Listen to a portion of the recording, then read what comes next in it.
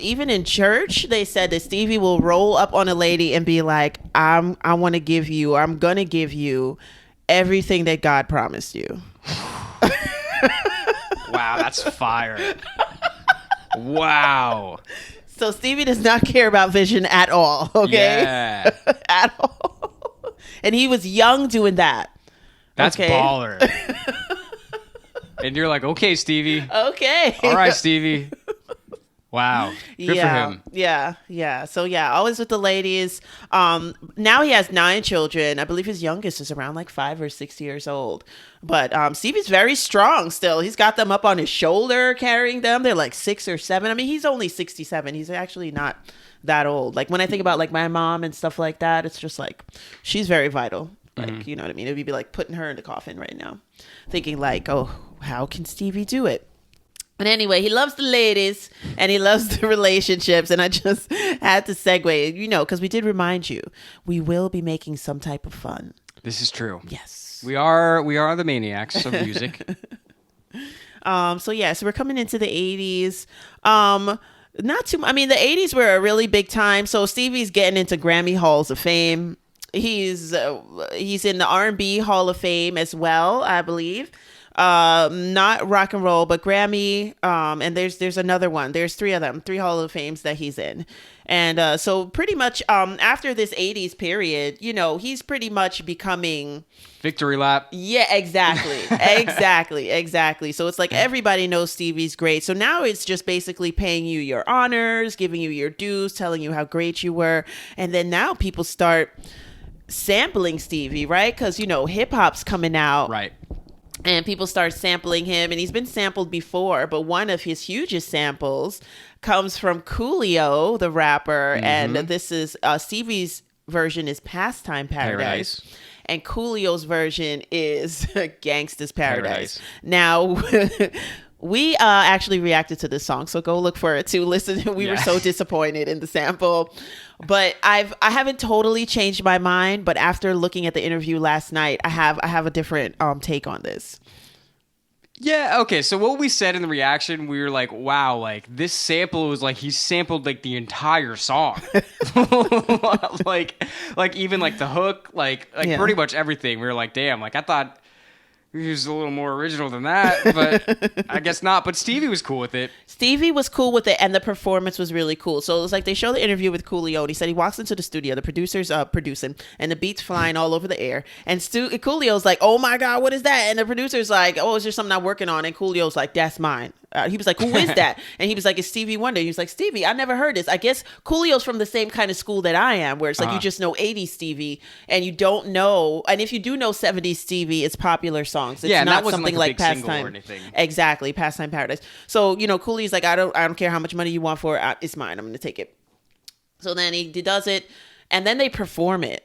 On the MTV Awards, which I thought was pretty awesome. First of all, what I thought was awesome, looking back at the video, the guy that sings the hook, the big guy, I don't know his name, but you know, him and Coolio, they're in their street gang clothes like all the time, right? So this guy's up on the award stage and he's singing it. He's singing the hook so eloquently, okay? He enunciates his every single word in Pastime Paradise. It's like, so it's like, if you picture it, like he's on the stage with his street gang plaid, you know, and he's like, been swinging like, you know, our lives. Listen, it was insane. Yeah. So I'm like, so I'm feeling it already, and like my hairs are kind of standing on end a little bit. I'm like, this is getting into it. So, you know, Coolio's rapping. And then he finishes his verse, and then it's time for Stevie to come out.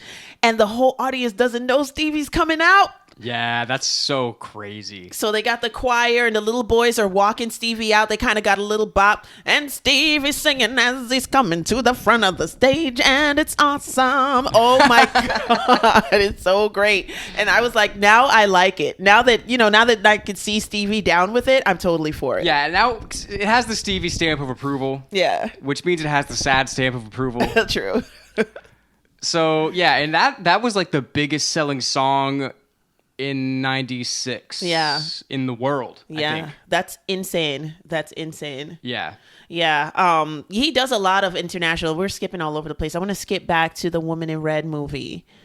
because that song became an international success, and it kind of broke a lot of racial barriers in the early 80s. It was a Gene Wilder movie called The Woman in Red, and the song was I Just Called to Say I Love You.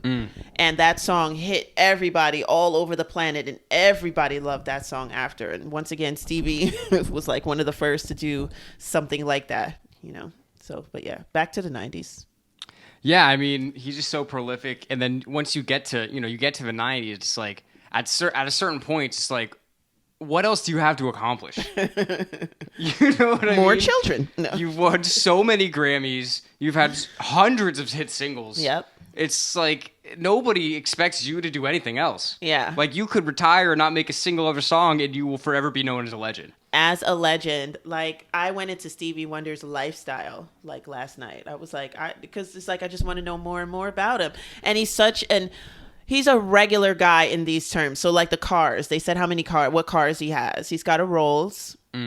He's got BMWs, like a hatchback. He's got a Porsche. And he's got an Escalade to drive around, like the tinted out windows. Very one regular. That's so regular, right? He don't need too much. He don't need 5 Ferraris. And not at all. He doesn't need a whole garage of Porsches. Exactly. Like some other famous people we know. Jay Leno. Chris Brown. Seinfeld. We're looking at you. Damn it, Jerry. Yeah, so it's just crazy. Like, at that point, he's just so, like, everybody loves him. I mean, he just really can do no wrong. Yeah. I mean, he plays for the inauguration of Obama. He does all these other crazy things. Like, it's just like, I mean, like I said, it's like, what else could you even do? Like, what else could you expect a singular person to accomplish? Exactly. Like as a musician, he's done everything. Yeah. There's no holes in his resume. You know what I mean? No, not at all. Stevie's just an amazing, amazing artist. And, like, I'm so happy to have, like, known his music. Yeah. Yeah, and you can just feel, like I said before, I mean, like I said, nobody's perfect, but he just feels like such a pure person and a pure soul that when he sings about, like, oh, like, we got to get rid of love, we got to get rid of hate, sorry. No, I was with it. I was with getting rid of love. Fuck no love. more love. Stevie says love is overrated. But yeah, no, when he talks about, getting rid of hate and spreading love, like, you really feel it. Yeah. You know what I mean? It doesn't seem like some corny shit. Yep. It just like, no, like, this is really what he feels in his heart. Yeah. You know what I mean? Yeah, absolutely. I don't know. He's just the best. Like, I don't really know. No, what else to say? I mean, I should have actually ended the podcast with saying like that he hopes he had done like enough good in this world and stuff like that. I should have put that in the middle, but I don't know what else I could say. We could say it again for dramatic effect. And Stevie Wonder, we just want to end this with a quote from Stevie. Paraphrase, rather. Where Stevie feels like he's put his heart and soul into his music and into his work. And he really feels connected to all the people out there in the world and hopes that he has touched you in a good way and that he's put enough good out into the world to go there. That's what he says. To go there. Yeah. We hope so too, Stevie. And like I said, I mean, you could just really feel the positivity and the good vibes when you listen to his music. Yeah. And I think that, for like me personally, that's the thing that I think of most when I think of Stevie. Like obviously he's amazing and he can produce and he can write and he can play all these instruments, but just his positivity and like his kind of his light and his vision. Yeah. Again, is really what I think of the most because he's able to express his vision so well. Yes, that's true. So clearly, so well. Yeah, that's true. Oh man. So the biggest of shouts out to the legendary Stevie Wonder. I mean, I don't know. I just feel like, is there more that we should say? Like, I don't know. There's some. Well, thank you, Stevie. Thank you so much for like pretty much being there. Like my whole life. Like, you know what I mean? With great music and stuff. Like, and just being genuine about music and not about record sales, trends. You know what I mean? That's what we love about an artist as well. Listen, you can get trendy and you can get up on the pops and stuff like that. You can do that. But like, the integrity, being true to the music, being true to yourself, you can't you can't not appreciate an artist for that. Mm-hmm. You know, they're pretty much helping you along the way. Like right now I'm talking and I still have Master Blaster in my head, like from last night. Like, you know, it's just crazy. Yeah, and I think it's really impressive that he's able to bring so much light to the world without him having sight. That's interesting. You know what I mean? Yes. Speaking of like sight. he's able to illuminate the world after is. dark. What were you going to say? I was going to say that. Do you know, when I was transferring from the Q train to the L train, somebody was playing Superstition on the platform. I was like, it's a sign. It's a sign. Yeah. Had to say that. Oh, that's a good way for me to end. Yeah. So shout out to Stevie. Just much love to him. I mean, if you haven't heard a lot of his music, you should. Yeah, definitely.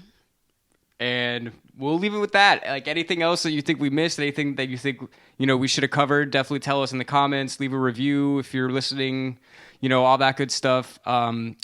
Check us out on Patreon/Music Maniacs. If you want to support the podcast, we'll read your name. You can help us, decide what episodes to do. And we do bonus content for every episode. So thanks for being here, everyone. We're Side After Dark, a.k.a. the Music Maniacs. And thanks for being maniacs with us. Later. I'd give anything to